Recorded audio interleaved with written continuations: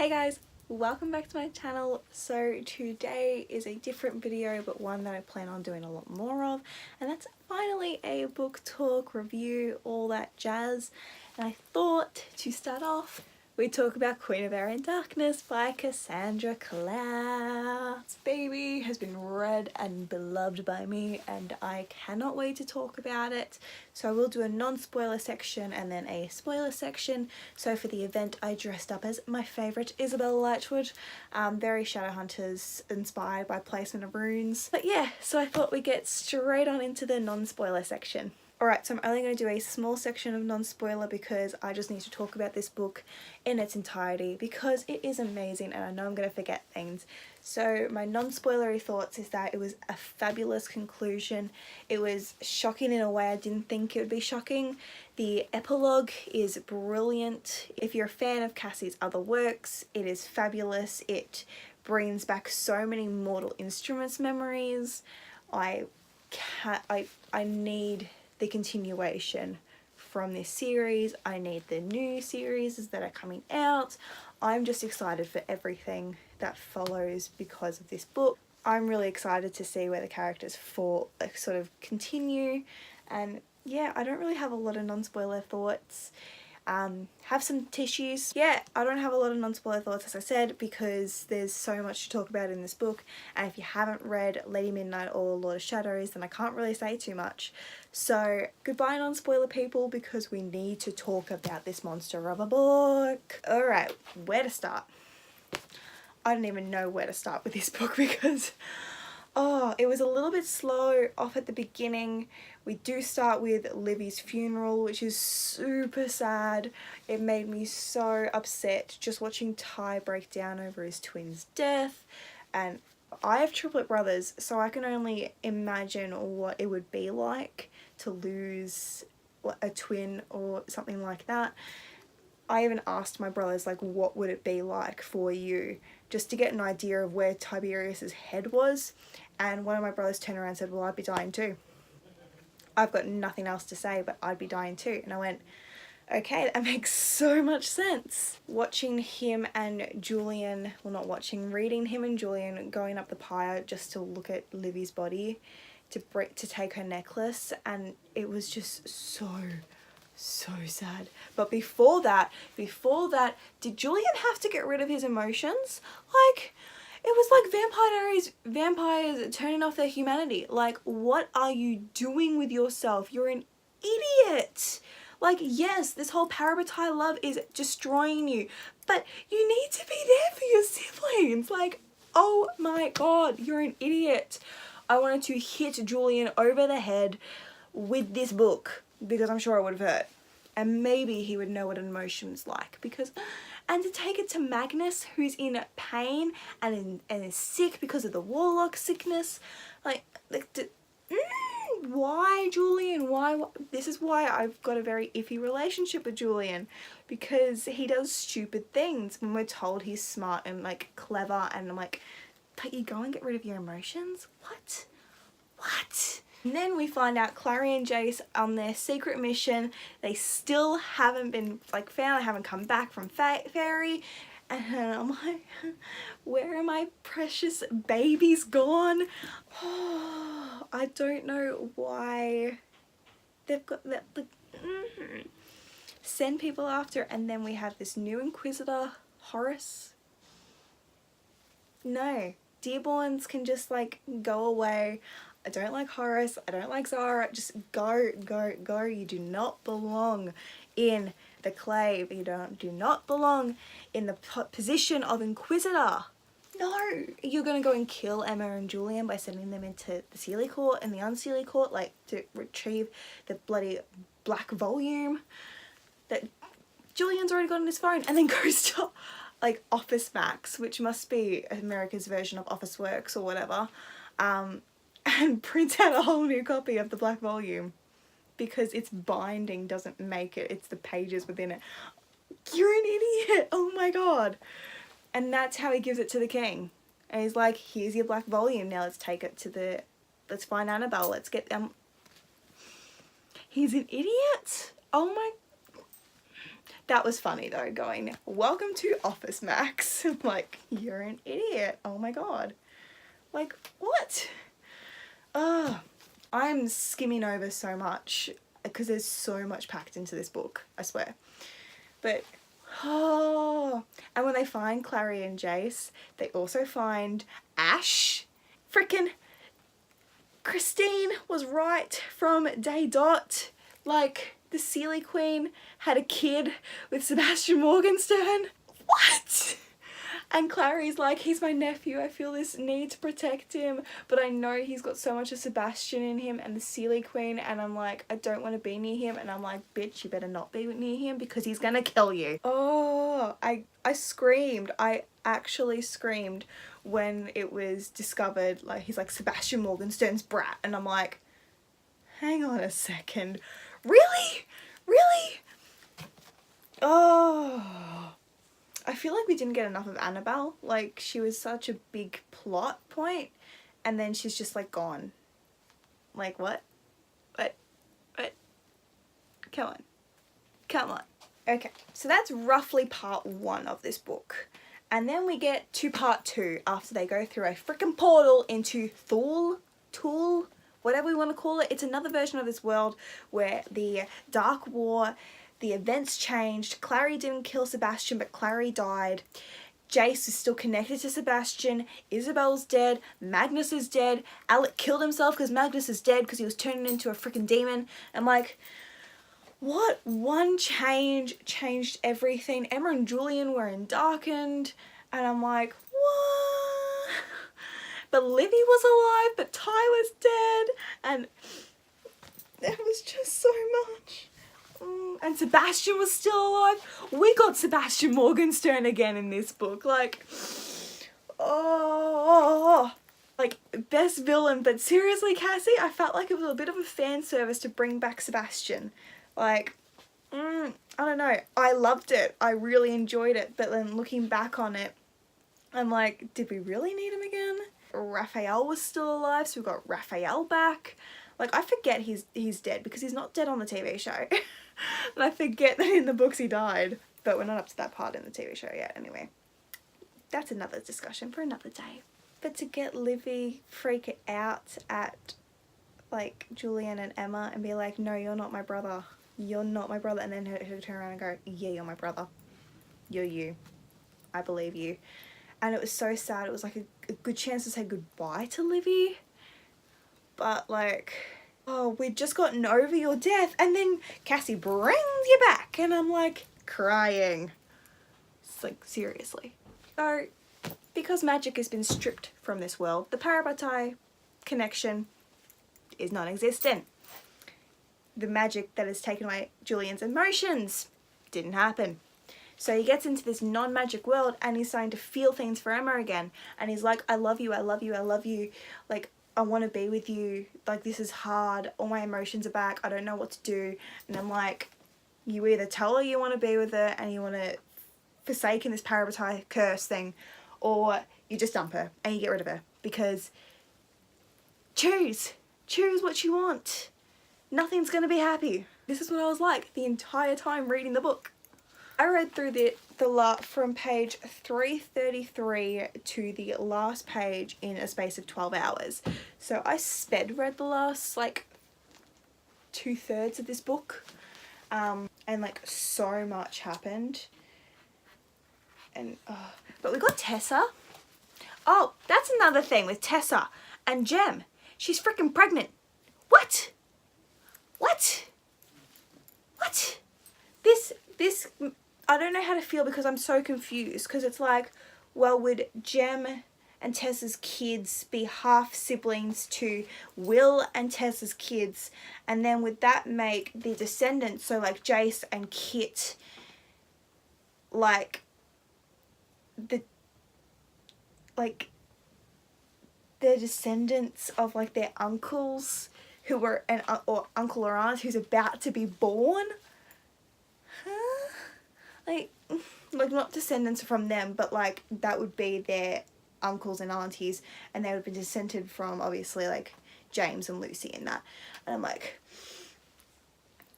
what? I'm happy, like it made me happy when Jem was like, oh yeah, by the way, Tess is pregnant. And I'm like, oh, and then I'm like, huh? What? So you're going to have a line, so Tessa's going to have, so we've got Tessa, we're going to have a line of Herringdales and a line of Carstairs. What does this mean for Emma? What does this mean for Emma? And we're about to get Cordelia Carstairs in Chain of Gold, I think it is, The Last Hours. So like, what does this mean for her line? Because that's where Emma would come from, presumably.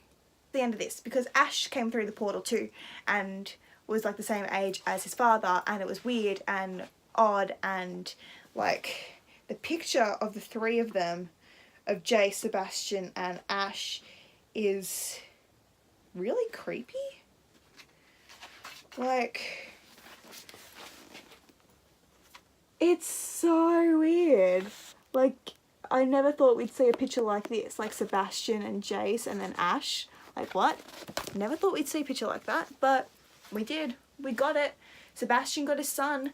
He got his heir. He's got his stupid heir.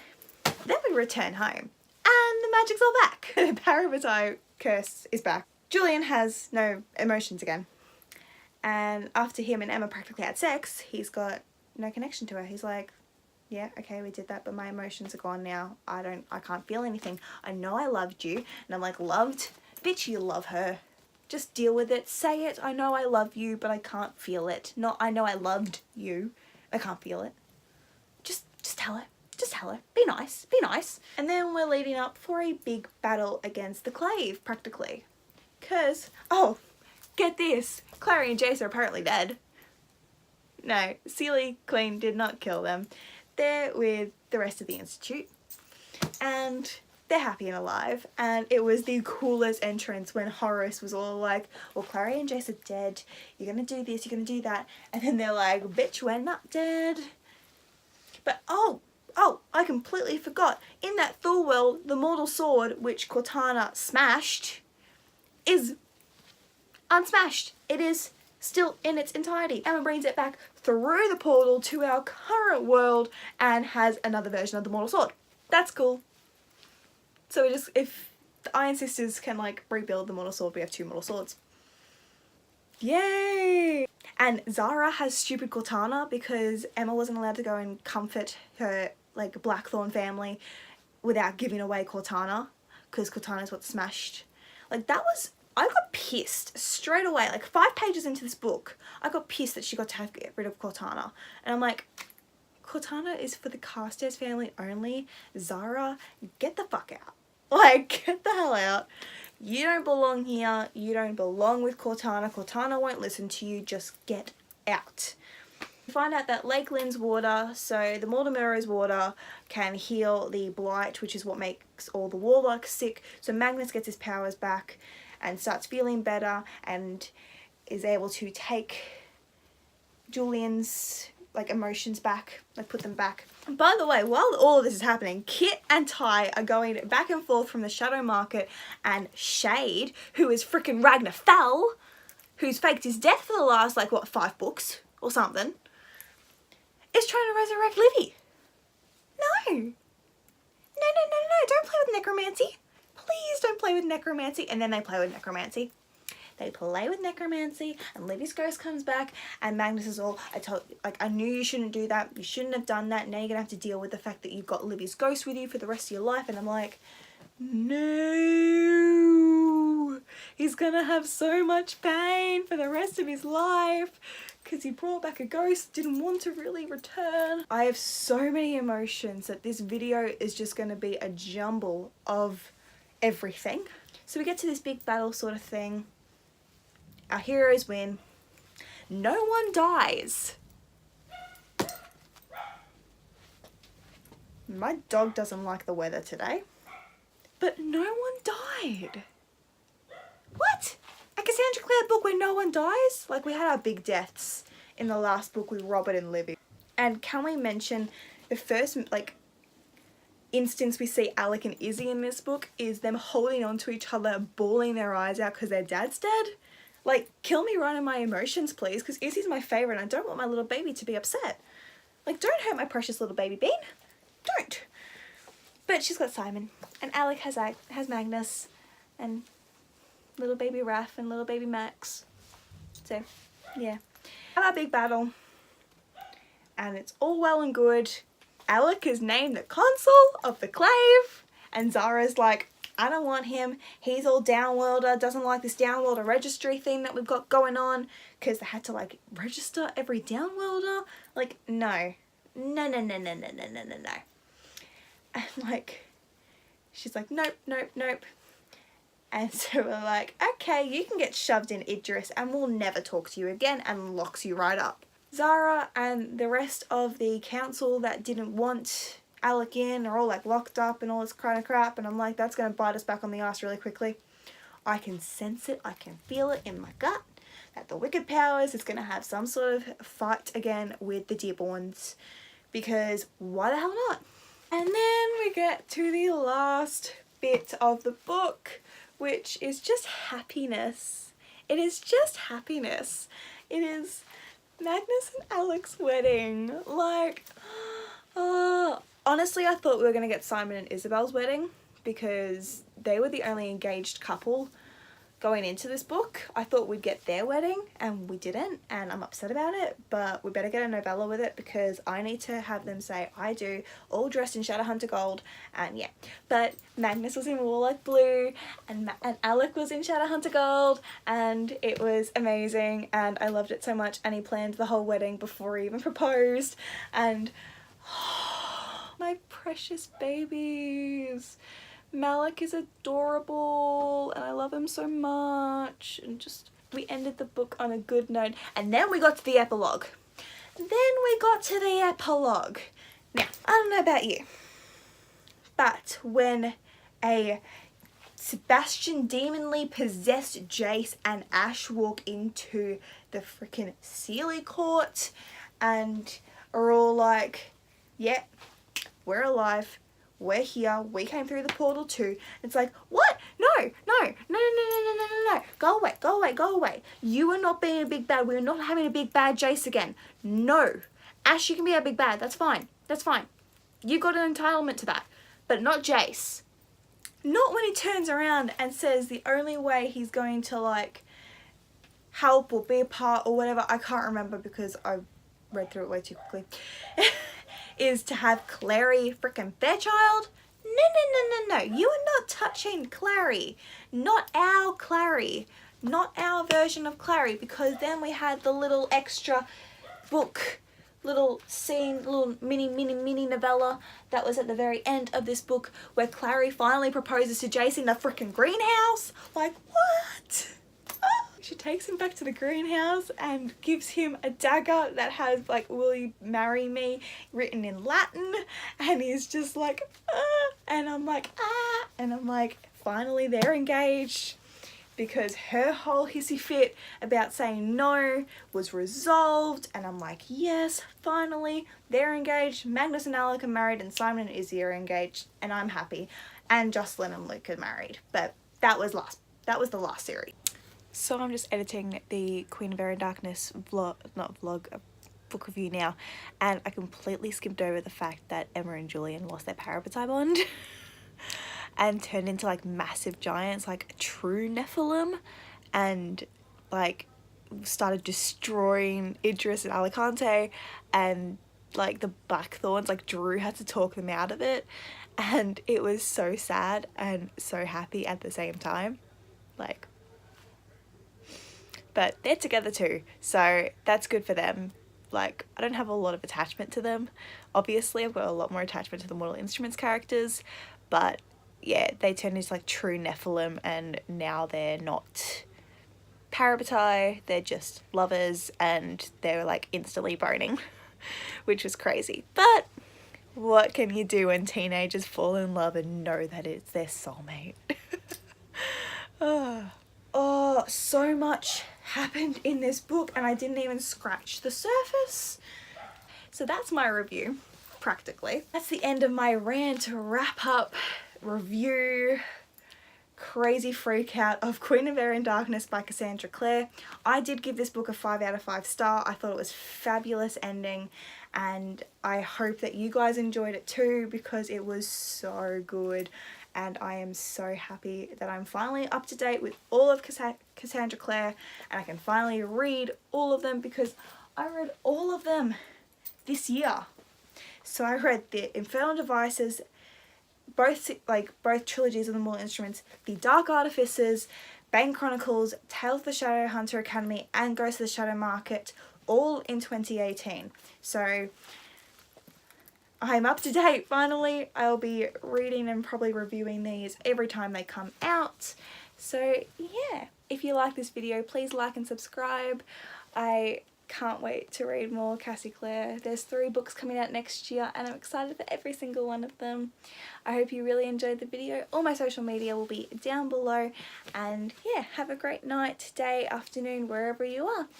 Bye!